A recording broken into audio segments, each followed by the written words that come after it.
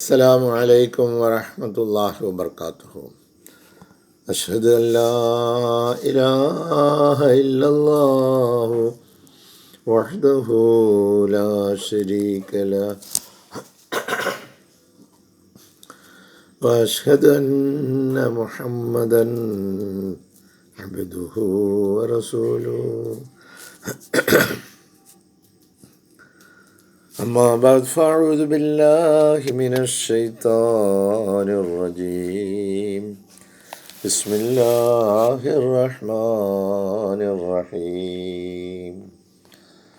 الحمد لله رب العالمين الرحمن الرحيم مالك يوم الدين إياك نعبد وإياك نستعين اهدنا الصراط المستقيم صراط الذين أنعمت عليهم غير المغضوب عليهم ولا الضالين. ആമീൻ. പ്രിയമുള്ള സഹോദരങ്ങളെ, നമ്മുടെ പ്രിയങ്കരായ ഇമാം ഹസ്രത്ത് ഖലീഫത്തുള്ള മുനീർ അഹ്മദ് അസീം അയ്യദുല്ലാഹു തആല ബിൻ സഈദ് അസീസ് നമുക്ക് നൽകുന്ന വിശുദ്ധ ഖുർആൻ വിശദീകരണ പാഠങ്ങളിൽ സൂറ ബഖറയിലെ 84-ാമത്തെ വചനമാണ് ഇന്ന് നമ്മൾ പരിശോധനാ വിധേയമാക്കുന്നത്. അല്ലാഹു തആല പറയുന്നു, അഊദു ബില്ലാഹി മിനശ് ശൈത്വാനിർ റജീം وَإِذْ أَخَذْنَا مِيثَاقَ بَنِي إِسْرَائِيلَ لَا تَعْبُدُونَ إِلَّا اللَّهَ وَبِالْوَالِدَيْنِ إِحْسَانًا وَذِي الْقُرْبَى وَالْيَتَامَى وَالْمَسَاكِينِ وَقُولُوا لِلنَّاسِ حُسْنًا وَأَقِيمُوا الصَّلَاةَ وآتوا الزكاة ثم توليتم إلا قليلا منكم وأنتم معرضون. വളരെ ശ്രദ്ധേയമായ ഒരു വചനം.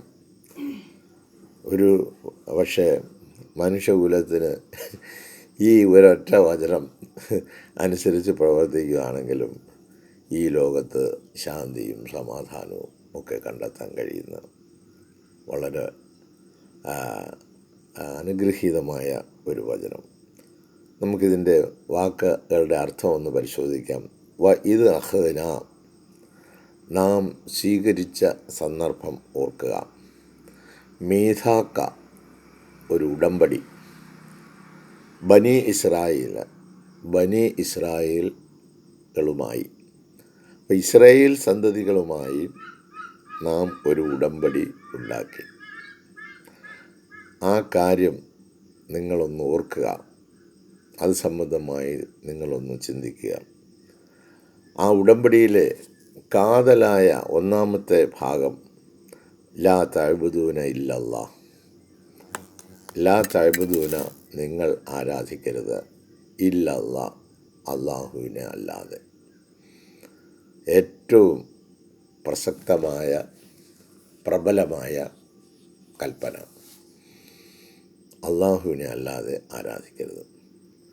ഈ ആരാധന നടത്തുക എന്ന് പറയുമ്പം കുനിയുക, നൂരുക, സലാം വീട്ടുക, ഇങ്ങനെയൊക്കെയുള്ള ചില കാര്യങ്ങൾ കാണിക്കുന്നതാണെന്നൊന്നും കരുതണ്ട. ഈ നമ്മളെ സൃഷ്ടിച്ചത് എന്തിനാണെന്നുള്ള സൃഷ്ടിയുടെ ഉദ്ദേശം തന്നെ പറഞ്ഞപ്പോൾ ഒമാ ഖലഖത്തുൽ ജിന്ന വൽ ഇൻസ ഇല്ലാ ലിയഅ്ബുദൂന, അവനെ ഇബാദത്ത് ചെയ്യുവാൻ എന്ന് പറഞ്ഞാൽ അവൻ്റെ കൽപ്പന അനുസരിച്ച് ജീവിക്കാൻ വേണ്ടി അവൻ ഒരു ഭൂമിയും ഒരു ആകാശവും അവന് വേണ്ടുന്ന, അവനറിയാവുന്നതും അറിയപ്പെടാത്തതുമായ എല്ലാ സൗകര്യങ്ങളും അവന് വേണ്ടി ഒരുക്കി. അള്ളാഹുവിൻ്റെ കൽപ്പന എന്താണോ അതനുസരിച്ച് ജീവിക്കുക. അതിനുവേണ്ടിയാണ് നിങ്ങളുടെ സൃഷ്ടിയുടെ ഉദ്ദേശം. അല്ലാതെ വേറെ നമുക്ക് എന്താ മനുഷ്യജന്മത്തിൻ്റെ ഉദ്ദേശം എന്ന് ചോദിച്ചാൽ ദൈവത്തിൻ്റെ മുമ്പിൽ അവൻ സമർപ്പിക്കുക, എന്നിട്ട് ഈ യാത്ര അവസാനിപ്പിച്ച് അവനിലേക്ക് തന്നെ മടങ്ങിപ്പോകുന്ന ഒരു സംവിധാനം ആദിമകാലം മുതൽ അങ്ങനെ. ഇപ്പോൾ എത്ര വലിയ പരാക്രമശാലികളായാലും ഇവിടെ വേറെ മറ്റു വഴിയൊന്നുമില്ല. ഇത് തുറന്നു വെച്ച ഒരു പുസ്തകം പോലെയാണ്. അപ്പോൾ ഒന്നാമത് എഗ്രിമെൻ്റ് നടത്തിയത് ലാ തഅ്ബുദൂന ഇല്ലല്ലാ, അള്ളാഹുവിനെ അല്ലാതെ നിങ്ങൾ വേറെ ഒന്നിനെ ആരാധിക്കരുത് എന്ന് പറഞ്ഞാൽ അള്ളാഹുവിൻ്റെ കൽപ്പന അനുസരിച്ചല്ലാതെ നിങ്ങൾ വേറെ ഒന്നിൻ്റെയും പുറകെ പോയി ജീവിതം പാഴാക്കി കളയരുത്. പിന്നീട് ഇതാ നമ്മുടെ കൺമുമ്പിൽ അത് ഈ അള്ളാഹുവിനോട്ട് നമ്മൾ കാണുന്നതുമില്ല. അത് പറഞ്ഞിട്ട് ആ അള്ളാഹു തആല തന്നെ നമ്മളെ നോക്കി ഇരുന്നു കൊണ്ട് നമ്മുടെ ഉള്ളിലും ചുറ്റും അകത്തും പുറത്തും എല്ലാം അവൻ നിരീക്ഷണ പാഠവും നടത്തിക്കൊണ്ട് അവൻ പറയുക വബിൽ വാലിദൈനി ഇഹ്സാന, നിങ്ങൾക്ക് ജന്മം നൽകി നിങ്ങളെ സ്നേഹിച്ച് നിങ്ങളെ വളർത്തി നിങ്ങളെ വലുതാക്കി ഈ നിലയിലേക്ക് കൊണ്ടുവന്ന ഈ മാതാപിതാക്കളെന്ന് പറഞ്ഞ് 2 പേരുണ്ട് കേട്ടോ.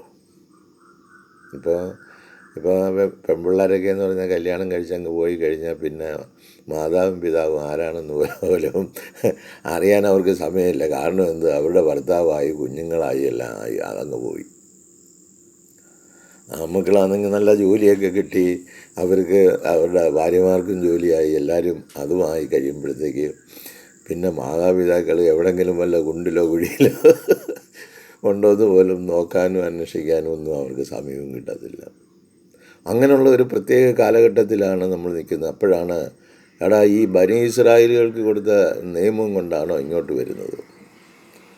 അപ്പോൾ അന്നത്തെ ആ നിയമം ഇന്നും ഇതാ നിലനിർത്തിക്കൊണ്ട് ഈ ഭൂമിയും മനുഷ്യനും ഈ പ്രപഞ്ചവും നിലനിൽക്കുന്നിടത്തോളം കാലം അതിനെ നിലനിർത്തിക്കൊണ്ട് വബിൽ വാലിദൈനി ഇഹ്സാന, നിങ്ങൾ നിങ്ങളുടെ മാതാപിതാക്കളോട് ഏറ്റവും നല്ല നിലയിൽ വർത്തിക്കണം. ഇനി വദിൽ കുർബ, ഈ രക്തബന്ധുക്കൾ, സ്വന്തക്കാർ എന്ന് പറഞ്ഞ കുറച്ച് ആളുകളുണ്ട്.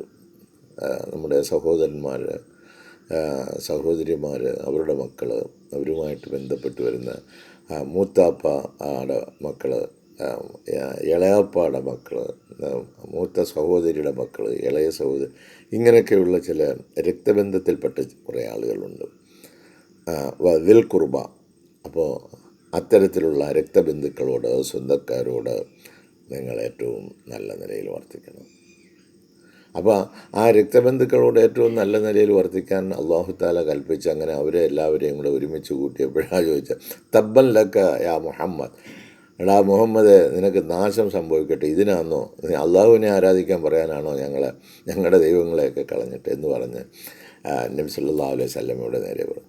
ഇതുപോലെ നമ്മളും അള്ളാഹുവിനെ മാത്രം ആരാധിക്കണമെന്നോ അള്ളാഹ് ഒരാളിനെ വിട്ടെന്നോ പറയുകയാണെങ്കിൽ തബ്ബൻ ലക യാ മുഹമ്മദ് എന്ന് പറഞ്ഞതുപോലെ നമ്മളെ ആ തബ്ബടിച്ചിഞ്ഞ് പുറത്ത് കളയും. പിന്നെ അവരുടെ കൂടെ തമ്പടിച്ചുകൊണ്ടിരിക്കുകയാണെങ്കിൽ അവർ നമ്മുടെ കൂടെ ഉണ്ടായിരിക്കും. ഇപ്പം നമ്മളൊക്കെ ചെയ്യുന്നത് എന്താ, നമുക്കൊരു തബ്ബനിലക്കം വേണ്ട, യാതൊന്നും വേണ്ട, അവരുടെ കൂടെ അങ്ങ് ഒട്ടിച്ചേർന്ന് കാര്യങ്ങൾ നടത്തി അങ്ങ് പോയാൽ മതി എന്നുള്ളത്.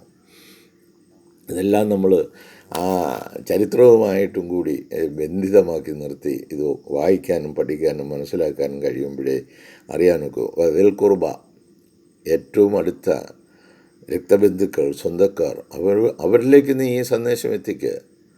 അള്ളാഹുവിനെ മാത്രമേ ആരാധിക്കാവൂ എന്നോ അള്ളാഹുവിൻ്റെ കൽപ്പന അനുസരിച്ച് മാത്രമേ ജീവിക്കാവൂ എന്നോ അത്തരം പ്രവർത്തനങ്ങൾ മാത്രമേ ചെയ്യാവൂ എന്നുള്ള കാര്യം അവിടത്തേക്ക് എത്തിക്കുക. അവരോട് ഏറ്റവും നല്ല നിലയോ, അപ്പോൾ ഏറ്റവും നല്ല നിലയിൽ വർദ്ധിക്കുക എന്ന് പറഞ്ഞാൽ നമ്മുടെ ഏറ്റവും അടുത്ത ആളുകളെന്ന് നമ്മൾ കരുതുന്ന ആളുകൾക്ക് ഇഹലോകത്തും പരലോകത്തും സ്വർഗം കിട്ടണം, നന്മയിലനുസൃതമായ ഒരു ജീവിതം വേണം, അങ്ങനെ അവർ ഏറ്റവും നല്ലവരായി തീരണമെന്നുള്ളതായിരിക്കണമല്ലോ. അപ്പോൾ അവരോടും ഏറ്റവും ഉത്തമമായ നിലയിൽ നിങ്ങൾ വർദ്ധിക്കുക.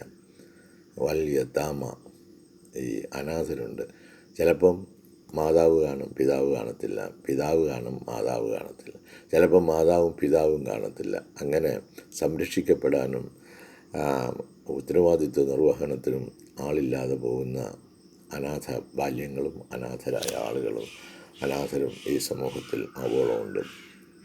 ഏറ്റവും വലിയ ഉദാഹരണം മുഹമ്മദ് മുസ്തഫ സല്ലല്ലാഹു അലൈഹി വസല്ലം. ആരുടെയൊക്കെ സംരക്ഷണയിൽ കീഴാണ് വന്നത്. പിതാവ് ജനന സമയത്ത് തന്നെ, ജനിക്കുന്നതിന് മുമ്പ് തന്നെ, ഗർഭസ്ഥ ശിശുവായിരിക്കുമ്പോൾ തന്നെ മരണപ്പെടുന്ന പിതാവ്, അതിനുശേഷം അതിൻ്റെ ഉത്തരവാദിത്വം പിതൃവ്യൻ അല്ല ഗ്രാൻഡ് ഫാദർ ഏറ്റെടുത്തു, അബ്ദുൽ മുത്തലിബ്. അതും പോയി 2 കൊല്ലം കഴിഞ്ഞപ്പം.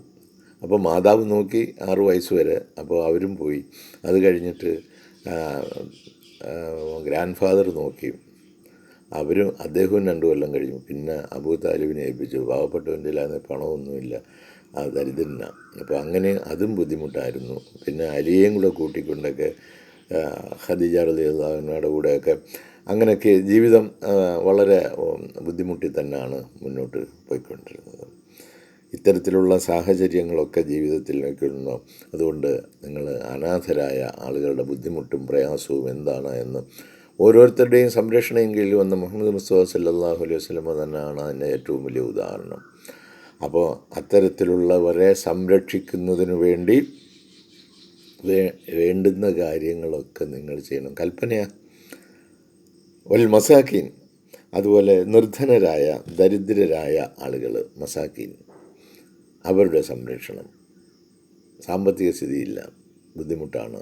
അവരെ സംരക്ഷിക്കുന്നതിന്, അന്തസ്സായിട്ട് ജീവിതം നയിക്കുന്നതിന് പര്യാപ്തമായ സാഹചര്യം സൃഷ്ടിക്കുന്നതിന് വേണ്ടി ഇതൊക്കെ ബനി ഇസ്രായേൽ സന്തതികളോട്,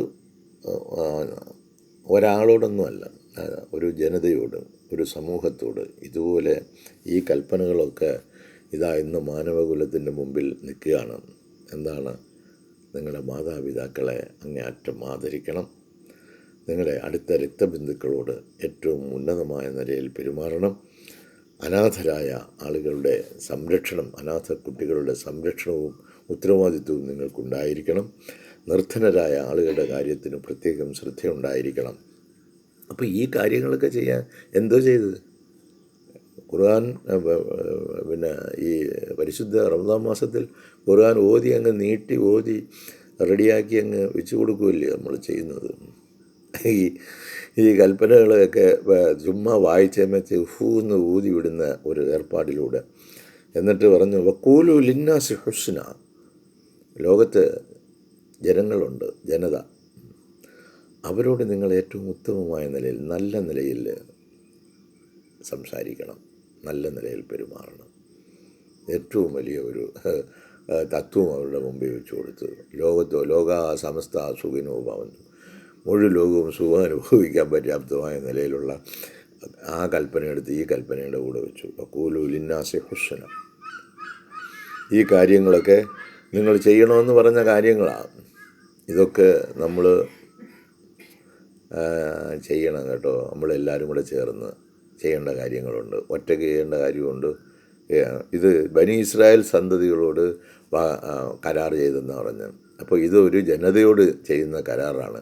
അങ്ങനെ ഒരു ജനതയായി രൂപാന്തരപ്പെട്ട് ഈ നൂറ്റാണ്ടിലും നമ്മൾ വന്നു. നമ്മൾ എന്നിട്ട് തെക്കും വടക്കുമായിട്ടൊക്കെ ഇരിക്കുകയാണ്, പടിഞ്ഞാറും തെക്കുമായിട്ടും അങ്ങും ഇങ്ങുമൊക്കെ ആയിട്ട്. എന്താ നമ്മൾ ഒന്നാവാത്തതെന്ന് ചോദിച്ചാൽ എനിക്കറിയാൻ വയ്യ. ഖുർആൻ്റെ അതിനകത്തൊരു കുഴപ്പവും കാണുന്നില്ല.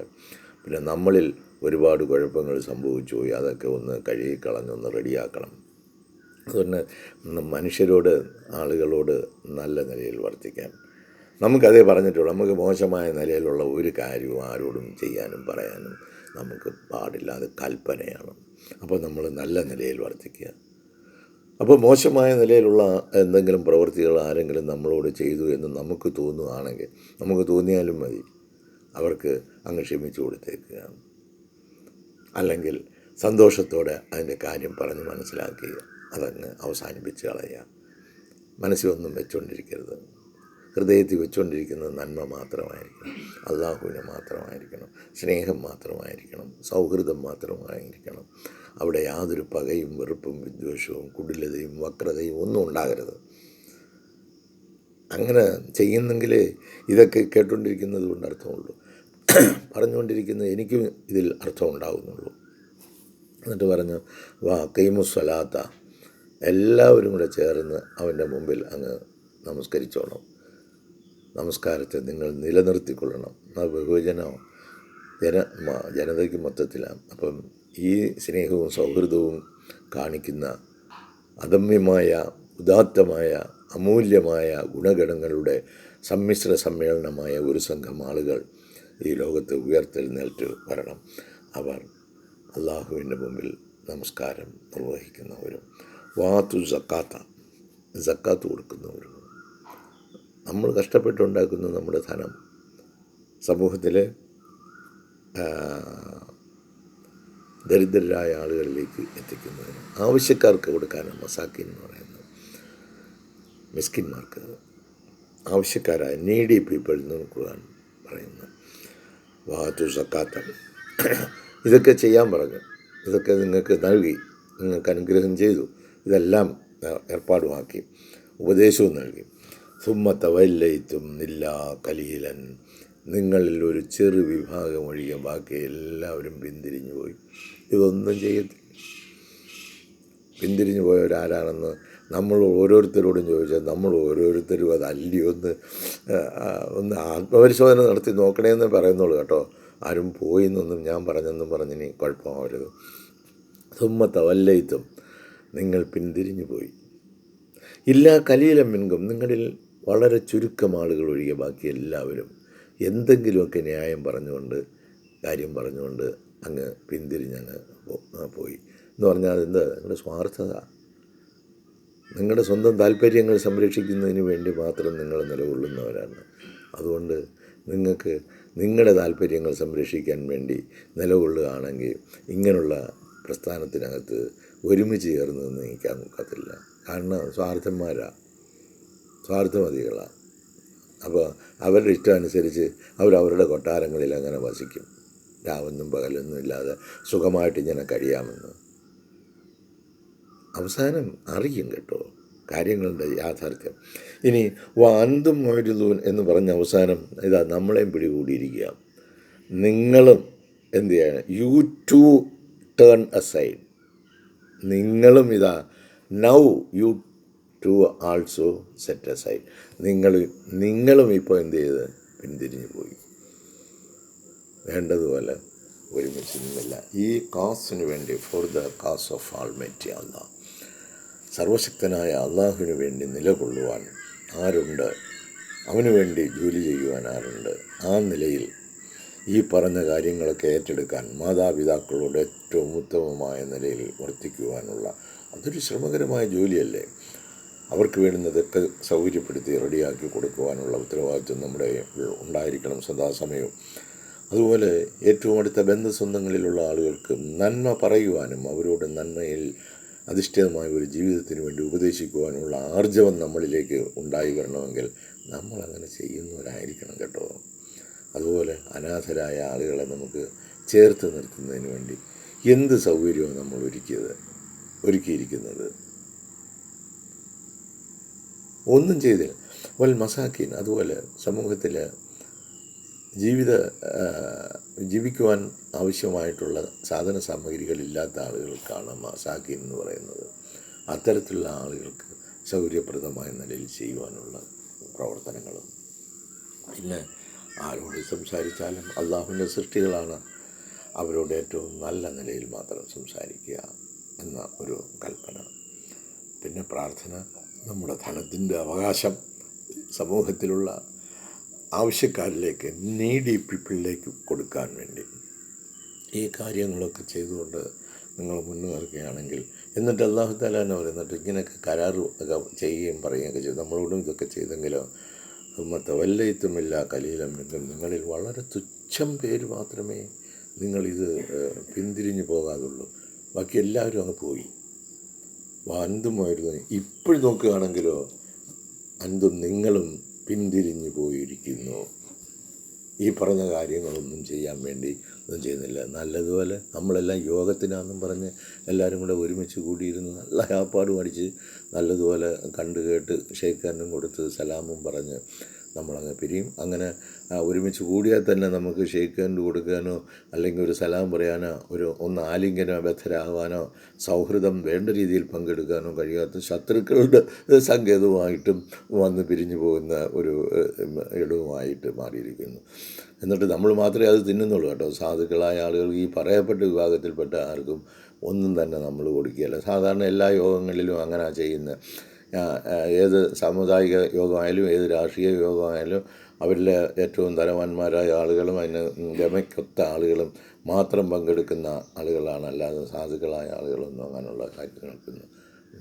അത് ഈ പറഞ്ഞ കൽപ്പനകൾക്കൊക്കെ വിരുദ്ധമായിട്ടുള്ള കാര്യങ്ങൾ ചെയ്തുകൊണ്ട് നമ്മളെല്ലാം ദീനിൻ്റെ ആളുകളാണെന്ന് പറഞ്ഞ് നടക്കുന്ന ഈ പരിശുദ്ധമായ റമദാനിൽ ഈ ഖുർആൻ മാനവ രാശിക്ക് നന്മയുടെ, വെളിച്ചത്തിൻ്റെ, പ്രത്യാശയുടെ, ശാന്തിയുടെ, സമാധാനത്തിൻ്റെ സന്ദേശവുമായി നൽകിയിരിക്കുന്ന ഈ വചനം വേണ്ടതുപോലെ ഒന്ന് വായിക്കുവാനും മനസ്സിലാക്കുവാനും ഉൾക്കൊള്ളുവാനും അതനുസരിച്ച് പ്രവർത്തിക്കുവാനും നമുക്ക് ഓരോരുത്തർക്കും കഴിയുകയാണെങ്കിൽ നമുക്ക് ഏറ്റവും നന്മയായ ഒരു കാര്യത്തിൽ നമ്മൾ ഏർപ്പെടുന്നതാണ്.